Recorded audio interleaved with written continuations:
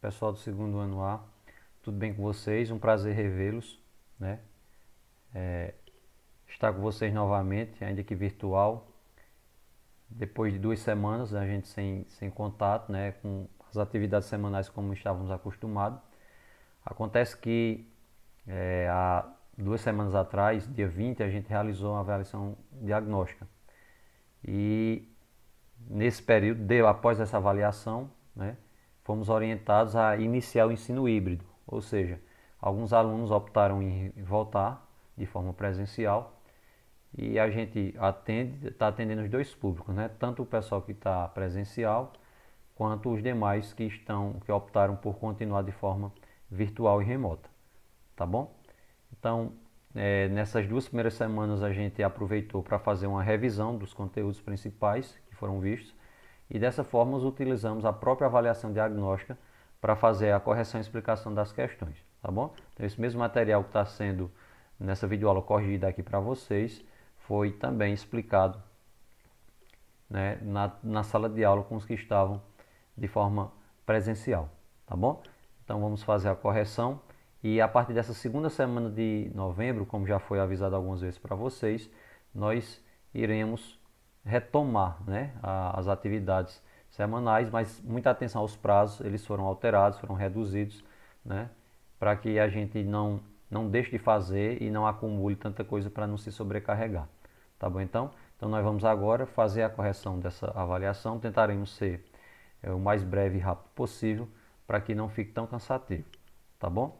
Vamos, como vocês responderam essa avaliação no Google Formulário, na plataforma, eu vou também estar disponibilizando, junto ao vídeo, a atividade em PDF, porque se alguém se interessar para acompanhar e olhando também pela folhinha, né, ou quiser imprimir também e acompanhar, tá bom? Vocês podem fazer essa utilização também, tá certo? Então vamos lá para a correção da nossa avaliação diagnóstica, com o propósito de revisar os principais conteúdos, tá bom, pessoal? Então as primeiras questões são daqueles primeiros conteúdos que a gente começou a ver no início, né, que estava também lá foram tirados dos simulados, dos 2 simulados, essas questões, e é uma parte mais de conceito. Diz assim, ó, de acordo com os conceitos iniciais da circunferência, assinala a alternativa errada. Então coloquei um desenhozinho aí só para ir facilitando a nossa compreensão, certo? A medida do arco corresponde à medida angular dele. Quando ele diz o arco, na verdade é uma parte que contorna, né? Tudo que contorna uma parte da circunferência é chamada de arco, tá bom? A medida, ele só tem um errado, a medida do arco corresponde à medida do ângulo. Então, quando o arco é feito, ele na verdade é uma projeção de um ângulo central. Você coloca um ângulo central aqui e quando você amplia ele vai projetar, né, como fosse uma lanterna projetando lá na parte da circunferência, né, formando assim o arco, tá bom? Letra B. O comprimento do arco corresponde à medida linear. Né? O comprimento é a medida linear, que é dada em centímetros, por exemplo. A medida angular é dada em graus. Então está certa também a letra B. C. A medida do arco não depende do tamanho do raio da circunferência. Então, se o raio da circunferência é desse tamanho aqui, então o ângulo não vai depender. Se eu fizer um raio maior do que esse, for aumentando aqui, ou se eu fizer ele menor, o ângulo projetado continua sendo o mesmo, né? Então realmente não depende, a letra C também está correta. Letra D, o comprimento do arco não depende do tamanho do raio. Aí essa aqui não. Quanto maior for o raio, maior é o comprimento que eu vou ter do arco que está por fora dele, tá bom? Então aqui está errada essa letra D. A letra E diz assim, a medida do arco não depende do tamanho do raio da circunferência. Já o comprimento, sim. É exatamente isso que a gente debateu nas alternativas anteriores. Então aqui está errada, nessa primeira, é a alternativa D. Tudo bem? Segunda questão, pessoal. Indique qual das frações a seguir equivale a 270 graus. As opções estão com π, né? Esse π aqui em trigonometria, ele representa meia circunferência, no caso, 180 graus. Então, nada mais é do que a gente sair substituindo de uma por uma para ver qual delas vai dar 270. A única que deu certo na substituição foi essa 3π sobre 2. Por quê? Porque como o π é 180, eu faço 3 vezes 180, que dá 540, e 540 dividido por 2 dá os 270 que ele havia pedido, né? Lembrando que o π vale 180, certo? Então, a alternativa certa é a alternativa B. 3π sobre 2, quando substitui, realmente dá 270 no resultado. Ok? Vamos seguir, né? As nossas duas próximas questões, também dentro de trigonometria, né? Fala assim na terceira, ó. Quais são respectivamente a primeira determinação positiva e o quadrante do ângulo de 1640 graus? Pessoal, primeira determinação positiva, quando ele fala, é onde vai ficar localizado. Porque para encontrar 1640, como eu sei que uma volta na circunferência vale 360, eu podia sair dando várias voltas aqui e contando, né? Ó, uma volta, 360, outra volta, mais 360, já dá 720. Com mais outra volta, já dá 1080. Eu podia sair fazendo, contando volta por volta. Mas tem uma maneira mais prática. Como eu sei que cada volta é 360, então eu pego o valor total, que ele disse aqui, que é 1640, né? Divido pelo tamanho de uma volta, que é 360, e isso vai dar 4. Só que não vai dar uma conta exata. Vai dar 4 e vai restar, vai sobrar no resto da divisão 200 graus ainda. Então, esse valor que sobra no resto é justamente o que a gente vai jogar aqui para fazer a localização. Porque essas 4 aqui quer dizer que são 4 voltas que deram completa e ainda sobraram 200 graus, né? Então, esses 200 a gente vai encontrar. Onde é que fica esse 200 aqui, ó? Primeiro quadrante, segundo, terceiro ou quarto? Terceiro. Ele fica aqui no terceiro quadrante, né? Mais ou menos aqui, ó. Mais ou menos aqui abaixo do 180 um pouco. Então, a gente tem aqui terceiro quadrante, né? Está no terceiro quadrante e é 200 graus. 200 graus, terceiro quadrante, alternativa B, tá bom? Quarta questão. Baseado na representação simétrica da primeira figura, que é padrão, essa figura aqui ela sempre é padrão, como se segue, diga quais são respectivamente os valores de A, B e C da outra figura. Aí aqui ó, tem a figura que é padrão e tem outra figura que é dada os valores aqui, ó. Tá? Π sobre 3, que no caso é 60 graus, cosseno, né, aqui e tal. Aí tem os valores de A, B e C. Nesse caso aqui nós vamos só fazer a substituição. Vocês estão vendo que o A corresponde aqui à medida padrão de π menos alfa, né? Que é π menos o valor do ângulo. B corresponde a π mais alfa. E o C corresponde a 2π menos alfa. Então é só substituir, sabendo que o valor aqui ó, do ângulo é π sobre 3, certo? O valor do ângulo é π sobre 3. Se as alternativas tivessem graus, a gente ia fazer a continha com 60. Mas como as alternativas estão com π, a gente vai fazer o cálculo usando a própria simbologia do π, certo? Então bora lá. O A seria o quê? π menos alfa. Então eu vou colocar π menos o valor do ângulo. Qual é o valor do ângulo? π sobre 3. Então vai ficar π menos π sobre 3. É só fazer aquela regrazinha rápida. Multiplica o último termo pelo primeiro e diminui do segundo. Aqui, ó. 3 vezes π, 3π. 3π menos 1π fica 2π e repete o denominador que é 3. Tá bom? Para descobrir o valor, o ponto B, é π mais alfa. Quer dizer que é π mais π sobre 3. Mesmo raciocínio.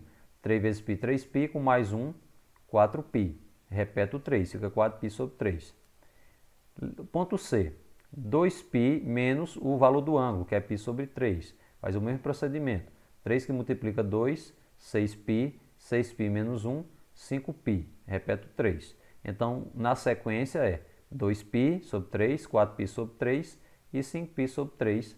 No caso aqui nós temos a alternativa 2, 4 e 5, alternativa C. Tá bom? Vamos seguir aqui para ver as próximas questões, certo? Pronto. A gente tem mais uma questão de trigonometria e a partir da sexta questão já vai entrar em outra parte que é de análise combinatória, ok? Na quinta questão ele diz assim: tendo por base a tabela a seguir, com os valores dos ângulos notáveis e utilizando a representação da circunferência no plano cartesiano, diga o valor de seno de 210 e em qual quadrante esse ângulo está localizado. Aqui nós temos na tabela valores de seno e valores de cosseno para os ângulos notáveis, né? Que é de 30, 45 e 60. Lembrando, pessoal, que aqui eu coloquei para ficar mais fácil vocês lembrarem, que nós temos aqui as duas retas, né, que formam o plano cartesiano, o eixo x e o eixo y. Tá? O eixo x é o eixo dos cossenos e o eixo y é o eixo dos senos. Como ele quer seno, aqui é seno que ele quer, então a gente vai olhar para o eixo y, tá bom? Que é o eixo dos senos. Como é que a gente vai procurar 210 aqui, pessoal? Lembra que aqui, ó, até aqui é 90, com mais 90, 180, né? 210 vai estar aqui. 210 vai estar aqui. Terceiro quadrante, né? Se ele vai estar no terceiro quadrante, nessa parte aqui, o que é que acontece se eu considero que está aqui no terceiro quadrante? 210, lembrando que nesse ponto aqui é 180, ele desce mais 30 graus para poder chegar em 210. Então eu vou procurar aqui em 30, né? Eu vou procurar aqui em 30, seno de 30, não é cosseno, é seno que ele quer, tá vendo? Então seno de 30 é 1 sobre 2, terceiro quadrante e 1 sobre 2. Agora esse 1 sobre 2 vai ser positivo ou negativo? Como o y é o eixo que a gente está analisando, né, que é o dos senos, lembrando que acima da origem é positivo, abaixo da origem é negativo. Veja só, no terceiro quadrante o seno vai ser negativo, o cosseno negativo também. Então, como ele está no terceiro quadrante, ele é um valor negativo. Então, é menos 1/2, tá? Terceiro quadrante, porque ele está aqui e abaixo da origem vai ser negativo o seu valor, ok? A partir da sexta questão, já é de análise combinatória, né? E análise combinatória a gente tem principalmente permutação, arranjo e combinação, tá? Ao longo da correção a gente vai relembrando o que é que significa cada um. Quando ele diz qual é o número de anagrama, falou em anagrama, a gente sabe que é de permutação. Na permutação é quando fala de anagrama ou quando você utiliza o valor completo que é dado no conjunto, tá bom? Certo? Então a gente tem aqui anagrama. A palavra é saudar. Primeiro você tem n fatorial e embaixo você tem as repetições se aparecerem, se as palavras tiverem letras repetidas. Se não tiverem, você coloca só o valor do n em cima mesmo. Como aqui são 6 letras, então você tem 6 fatorial, né? P de permutação aqui. E aqui você vai ver as repetidas. Só tem o A repetido. O A se repete 2 vezes, né? Então a gente tem 2 letras A. Então colocamos aqui 2 fatorial. A gente baixa, o fatorial é você multiplicando de forma decrescente até chegar em 1. No caso aqui não precisa até chegar em 1 não. Você vai baixar até chegar igual o valor que está embaixo, para poder cortar os dois, certo? Então eu vou multiplicar decrescendo. 6 vezes 5, vezes 4, vezes 3, vezes 2. Cortou 2 de cima com 2 de baixo.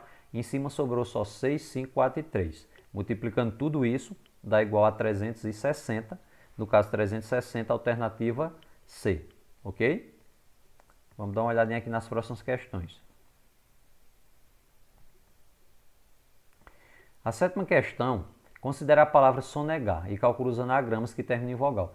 Ele faz uma exigência, ele não quer todos os anagramas, ele quer só os anagramas que a última letra seja uma vogal. Então o que é que a gente faz? São quantas letras ao todo? 7. Então a gente coloca 7 espaços, lembrando que a última tem que ser uma vogal. Se essa última tem que ser uma vogal fixa, sobram quantos espaços aqui? 6. E esses 6 espaços que estão sobrando, eles podem se combinar de qualquer maneira, né? Então eles podem se permutar, trocar a posição aí de qualquer maneira. Então eu vou fazer o 6 fatorial, que são desses aqui que pode trocar de posição, e vou multiplicar pela vogal. Mas são quantas vogais que aparecem na palavra? 3. O S, não, desculpa, o O, o E e o A. 3 vogais, então você vai multiplicar o fatorial de 6, né, que são as trocas de lugares dessas 6 primeiras letras aqui, vezes 3 vogais, que é a exigência que ele faz para terminar com vogal. Quando eu faço o fatorial de 6, que vai dar 720, e multiplico por 3, vai dar um total de 2.160, tá bom? Então 2.160, alternativa D. Oitava questão. Em uma fila do cinema, há 6 cadeiras consecutivas vazias. O número de maneiras que 3 pessoas A, B e C podem sentar-se nelas é. Veja só, no caso aí, pessoal, não é mais permutação, porque ele dá um valor 6 e dá outro valor diferente, 3. Então, quando aparecem dois valores distintos, vai ser ou arranjo ou combinação. Qual é a principal diferença entre elas? Na questão do arranjo, né, a diferença entre o arranjo e a combinação é que no arranjo, quando eu mudo a posição, eu conto como mais uma maneira. E na combinação, quando eu mudo a posição, essa mudança não é contada como mais uma maneira. Tá certo? No caso aqui, por exemplo, se eu coloco as pessoas A, B e C nessa sequência e trocar a posição, boto o B primeiro e o A depois, trocar a posição de alguns elementos, conta como um arranjo, né? Mais uma forma diferente, não é contada também. Mas se fosse, por exemplo, frutas para fazer uma vitamina, então não importa a ordem, se eu colocar abacate, banana e mamão, por exemplo. Aí na outra eu coloco mamão, banana e abacate. Se eu mudei a ordem, o produto final é a mesma coisa, né? Vai ser a mesma vitamina. Então não é contada duas vezes. Não, eu mudo a posição e não gera um novo resultado. A principal diferença entre arranjo e a combinação é essa. Como as pessoas se trocarem de lugar, vai contar como uma possibilidade diferente, então caracteriza um arranjo. Tá? E a regra do arranjo é em cima n fatorial e embaixo n menos p fatorial. Como o n é sempre o maior valor, que no caso aqui é 6, e o p é o menor valor, que aqui é 3, então vai ficar 6 fatorial em cima sobre 6 menos 3 fatorial embaixo. 6 fatorial e diminuindo 6 menos 3 dá 3 fatorial. Eu vou baixar esse 6 até chegar no 3, certo? 6 vezes 5 vezes 4, cortei o 3 de cima com o 3 de baixo, vou multiplicar só o que sobrou, né? 6 vezes 5, 30, 30 vezes 4, 120, alternativa D, certo? Seguindo para as nossas próximas questões, nós temos ainda, dentro de análise combinatória, essa parte aqui, ó. 9. Dispondo de 9 tipos de frutas, quero fazer uma vitamina, como eu falei agora há pouco. Eu vou mexer aí na ordem das frutas e a vitamina vai ser a mesma, né? Não vai contar como mais um tipo, vai ser o mesmo tipo. Então a gente vai ter aqui uma combinação, com 8 sendo o N e com 3 sendo o P. Então a regra é N fatorial em cima, e embaixo P fatorial e N menos P fatorial, certo? Então a gente vai ter o seguinte: 8 fatorial em cima, embaixo 3 fatorial e entre parênteses 8 menos 3 fatorial, certo? Aí fica em cima 8 fatorial e embaixo fica 3 fatorial e 8 menos 3 dá 5, tá bom? Eu vou baixar esse 8 até chegar no 5, ó. 8 vezes 7 vezes 6 vezes 5, tá? Então o que é que vai ser feito? Cortei o fatorial 5 de cima, o fatorial 5 de baixo. Sobrou um 3 fatorial, não foi? Embaixo. Quanto é o fatorial de 3? Não é 3 vezes 2 vezes 1? 3 vezes 2 vezes 1 dá 6. Então eu cortei 6 aqui com 6 de cima. Sobrou em cima só 8 e 7. E multiplicando 8 vezes 7 vai dar 56. Tá bom? Alternativa B. A 10ª questão, ele fala no jogo de basquetebol. No jogo de basquetebol, cada time entra em quadra com 5 jogadores. Considerando-se que um time, para disputar um campeonato, necessita de pelo menos 12 jogadores e que desses 3 são titulares absolutos, determina o número de equipes que o técnico poderá formar com o restante dos jogadores, sendo que eles atuam em qualquer posição. Vamos resumir essas informações de uma forma mais objetiva. O que é que acontece? Ele tem aqui, ó, 12 jogadores, mas só tem 3 que são titular absoluto, de todo jeito, né? Então esses aí não entram na contagem. Quer dizer que sobram 9 jogadores para disputar as outras 2 vagas. Se tem 12, mas tem 3 que tem as vagas garantidas, restam 9.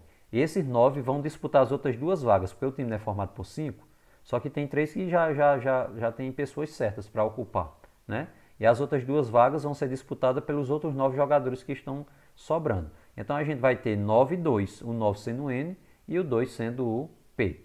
Substituindo aqui também na combinação, 9 fatorial, aí fica 9 fatorial, 2 fatorial, entre parênteses 9 menos 2. 9 fatorial sobre 2 fatorial. E 9 menos 2 dá 7. Eu vou baixar esse 9 até chegar no 7, tá bom? 9 vezes 8 vezes 7. E embaixo repete o 2 fatorial e o 7 fatorial. Cortei o 7 fatorial de cima e o 7 fatorial de baixo. Fiquei com 9 vezes 8, 72. Dividido por, o fatorial de 2 é 2 mesmo, né? Que é 2 vezes 1. Então eu vou ter 72 dividido por 2, que dá 36, letra D, certo? Vamos dar uma olhadinha aqui nas nossas 2 próximas questões. Pronto, pessoal. Essa 11ª questão vai falar sobre uma parte que é triângulo de Pascal, né? Essa parte de triângulo de Pascal é uma sequência, parece uma escadaria, onde vai ter nos números que facilita algumas propriedades na hora do cálculo. E o cálculo é esse, pessoal. Eu tenho 3 e 0, é uma combinação que n é 3 e p é 0. A outra combinação que é 4, o p desculpa, o n é 4 e o p é 1. E outra que é, eu teria que fazer as 3 combinações, somar os 3 resultados para encontrar o resultado final. Para não ter que fazer esse monte de cálculo, a gente pode usar uma das propriedades, nesse caso aqui, é uma das propriedades do triângulo Pascal, que é a propriedade da diagonal. Como é que eu sei que aqui é a propriedade da diagonal? Veja que os valores estão aumentando de um por um. Ó. Tanto a parte de cima está aumentando, 3, 4, 5, quanto a parte de baixo também está aumentando, ó, 0, 1, 2. Então isso caracteriza a propriedade das diagonais. O que é que diz a propriedade das diagonais? você vai para os valores que estão crescendo em cima e você vai considerar o próximo valor, no caso é 6. Você vai para os valores que estão embaixo e você repete o último valor. Isso é o que diz a propriedade das diagonais. Coloca o próximo valor de cima e repete o último valor embaixo. O próximo valor aqui seria 6, né? E repetindo o último de baixo é 2. Então eu vou fazer um cálculo de combinação normal, com 6 sendo n e 2 sendo p, tá bom? Então vai ficar 6 fatorial sobre 2 fatorial e entre parênteses 6 menos 2 fatorial. Então ficaria 6 fatorial sobre 2 fatorial e 6 menos 2 dá 4 fatorial. Eu vou baixar esse 6 até chegar no 4, aí fica 6 vezes 5 vezes 4 fatorial, e embaixo fica 2 fatorial e 4 fatorial. Cortei o 4 fatorial de cima e o de baixo, sobrou em cima 6 vezes 5, 30, 30 dividido por 2, 15, ok? A alternativa é. A partir da 12ª questão, já vai falar sobre um outro conteúdo que a gente viu, que era a questão de probabilidade, né? Então, probabilidade é para você descobrir qual é a chance de determinada coisa acontecer, determinado evento ocorrer. Então, a 12ª diz assim: uma moeda é lançada 3 vezes seguidas. Qual é a probabilidade de sair exatamente 2 caras? Exatamente 2, hein? Então, vamos olhar aqui as 3 maneiras de ter essa moeda ser lançada 3 vezes. Então, se eu lançar a moeda 3 vezes, ela pode ter saído o K, eu coloquei para cara, tá? E o C para coroa. Então, pode ter saído 3 caras, né? Pode ter saído a primeira e a segunda cara e a terceira coroa. Então, todas as combinações a gente colocou aqui, ó, tá certo? Cara, cara, coroa, depois cara, coroa, cara, coroa, cara, cara, 3 coroas, coroa, coroa, cara, coroa, cara, coroa, coroa. Então a gente tem 8 possibilidades aqui, né? Então o universo são 8 alternativas, 8 chances. E qual é a exigência que ele quer? Qual é o critério que ele pede? Sai exatamente 2 caras. Quando ele está dizendo exatamente 2 caras, só vai servir para mim aquela combinação que tiver 2 caras. Se tiver uma cara só, não vai dar certo. Se tiver mais de 2, também não vai dar, tá bom? Tem que ser exatamente. Agora, se ele dissesse, por exemplo, no mínimo 2 caras, as que tivessem 2 caras dava certo e as que tivessem mais de 2 também dava, né? Mas aqui ele quer exatamente. Como ele quer exatamente, a gente vai considerar só os que tiverem 2 caras mesmo, tá bom? Então, as que têm 2 caras, um aqui, ó, 2 aqui, 3. Então, a gente tem 3 que apresentam 2 caras sobre um universo de 8. Então, eu vou dividir 3 por 8, que vai dar 0,375, que transformando em porcentagem, vai dar 37,5%. Ok? Tudo bem? Vamos lá, vamos seguir para as próximas questões, né? Então, a gente tem aí as 2 próximas questões também de probabilidade. A 13ª diz assim: uma moeda e um dado são lançados simultaneamente, quer dizer, ao mesmo tempo, né? Qual é a probabilidade de ocorrer cara na moeda, logicamente, e número ímpar no dado, né? Então, vamos calcular aqui, pessoal. Na moeda, como ele quer que aconteça cara, eu tenho uma chance em 2, né? Então, a probabilidade da moeda é 1 em 2. No dado, como ele quer número ímpar e a metade é ímpar, a metade é par, eu tenho 3 chances em 6. Simplificando, fica 1 sobre 2. Então, eu tenho 1 sobre 2 chances na moeda e metade de chance também no dado. É só multiplicar as duas chances, né? Tanto a chance da moeda multiplicada pela chance do dado. Então, multiplicando 1 sobre 2 vezes 1 sobre 2, é só multiplicar 1 vezes 1 que dá 1, 2 vezes 2 que dá 4. Dá 1 quarto, que transformando em percentual vai dar 25%, letra B, ok?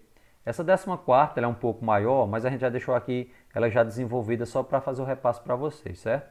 Diz assim: uma urna contém 10 bolas brancas e 15 bolas pretas. Retiram-se 2 bolas sucessivamente e sem reposição. Qual é a probabilidade de a segunda bola ser preta? Ele quer só que a segunda bola seja preta. Qual é a chance da segunda bola ser... Não importa a cor da primeira bola. O que importa é que a segunda tem que ser de cor preta, tá bom? Então, vamos olhar aqui o passo a passo. A gente chama de árvore de probabilidade, né? A árvore das possibilidades. Vai ter o sorteio. Então, na primeira retirada, a bola é retirada e não tem reposição. Quando ele diz sucessivamente, quer dizer que vai ser tirada uma bola e depois vai ser tirada outra. Não as duas ao mesmo tempo, tá bom? É uma, depois outra. Por isso que diz sucessivamente. Sem reposição, porque depois que você retirou a primeira bola, você não devolve ela para retirar a segunda bola, não. Ela fica fora e depois é que você retira a segunda.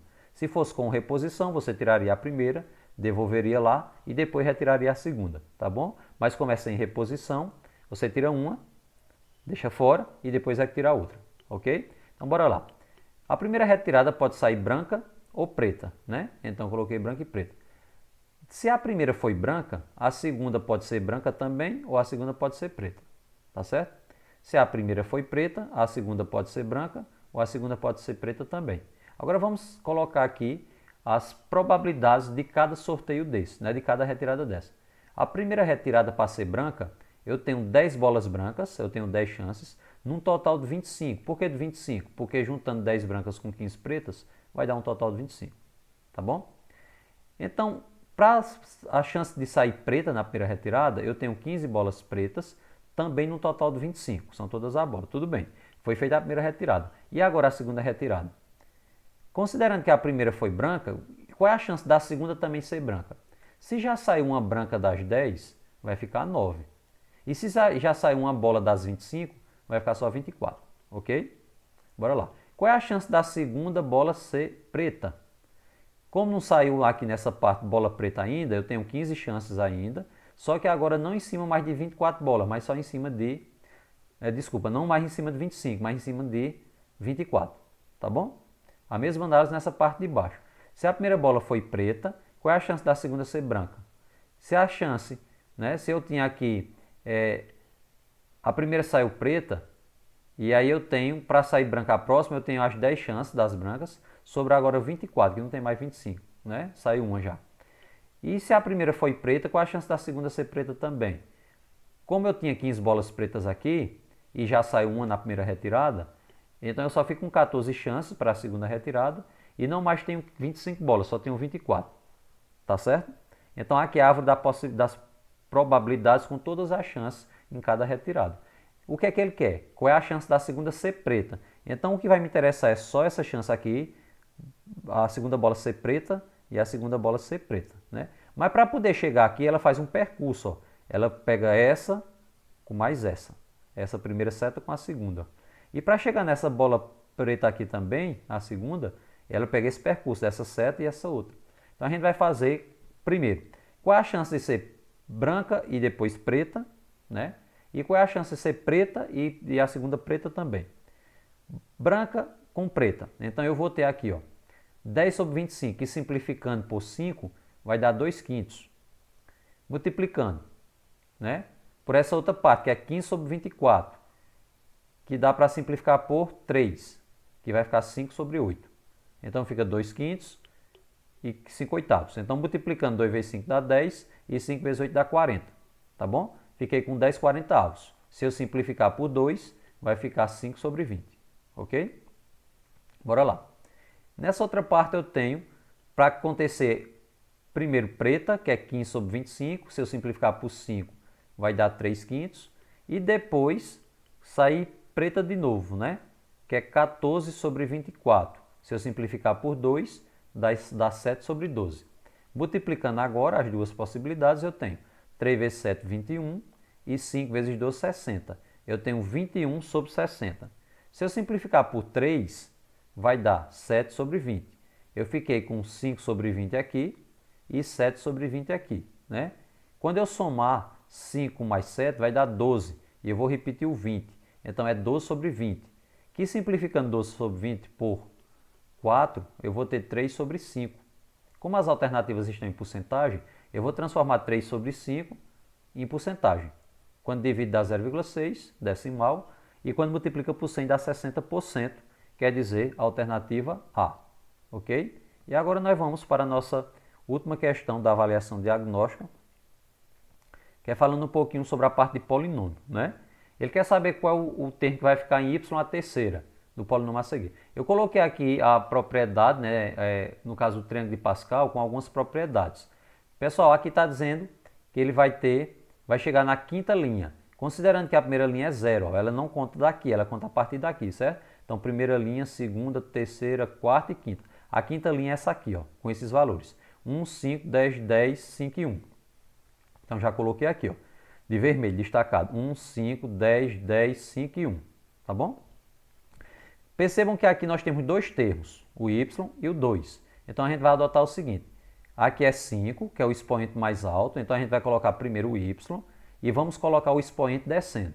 No primeiro membro a gente vai colocar y elevado a 5, no segundo membro y elevado a 4, no terceiro y elevado a 3, certo? E vai baixando. Depois y elevado a 2, depois y elevado a 1, que não precisa, e y elevado a 0, que é 1, aí não coloquei, nem não precisou colocar o y, né? Tá bom? Porque é igual a 1, então eu não coloquei.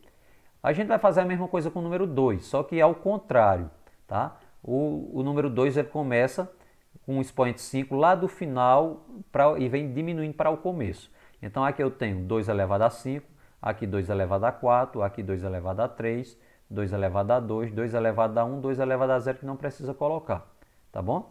Ficaram 6 termos, né? Para cada termo desse a gente vai calcular o que for preciso. Por exemplo, um y elevado a 5 não tem o que calcular, já está pronto, né? Y elevado a 5. Agora nesse aqui multiplica, ó. Eu vou ter que multiplicar os coeficientes, que é a parte numérica aqui, ó, tá? Eu vou fazer a potência logo, depois multiplico por esse outro coeficiente aqui. Não mexo no expoente da letra, viu? Não mexo no expoente da letra. Então vai ficar 2 elevado a 1 é 2, vezes 5, 10. E baixa y elevado a 4. Aqui, 2 elevado a 2, 4. 4 vezes 10, 40. Repete o y elevado a 3. Aqui, ó, 2 à terceira dá 8. 8 vezes 10 dá 80. Repete o y elevado a 2. Aqui, 2 elevado a 4 dá 16. 16 vezes 5 dá 80. Repete o y. E aqui, 2 elevado a quinta, 32. Né? 32 vezes 1, 32. O polinômio ficou com essa aqui já organizadinho, tá vendo? Com todos esses termos. Mas ele não quer saber o valor do polinômio completo. Ele quer saber qual é o valor que está no y elevado a 3. Então eu vou procurar aqui o que está y elevado a 3 é esse, ó. Y elevado a 3 é esse aqui. Então nessa parte aqui, quem está a y elevado a 3 é 40, né? 40 e y elevado a 3, certo? Então a alternativa é, ok? Espero que tenha dado para acompanhar, ter tirado algumas dúvidas, tá? Qualquer coisa estou à disposição, pode entrar em contato que a gente tenta procurar explicar melhor se houver necessidade. E mais uma vez eu lembro, vamos dar uma olhadinha nos prazos, que a partir da próxima semana vamos retomar nossas atividades semanais, certo? E agora com um prazo mais reduzido um pouco, para que vocês entreguem no tempinho certo e também não acumulem e isso sobrecarregue vocês também, ok? Então, um abraço a todos, fiquem com Deus, vamos todo mundo se cuidar, né? E se Deus quiser, até a nossa próxima videoaula, tá bom? Abração, pessoal, fiquem com Deus.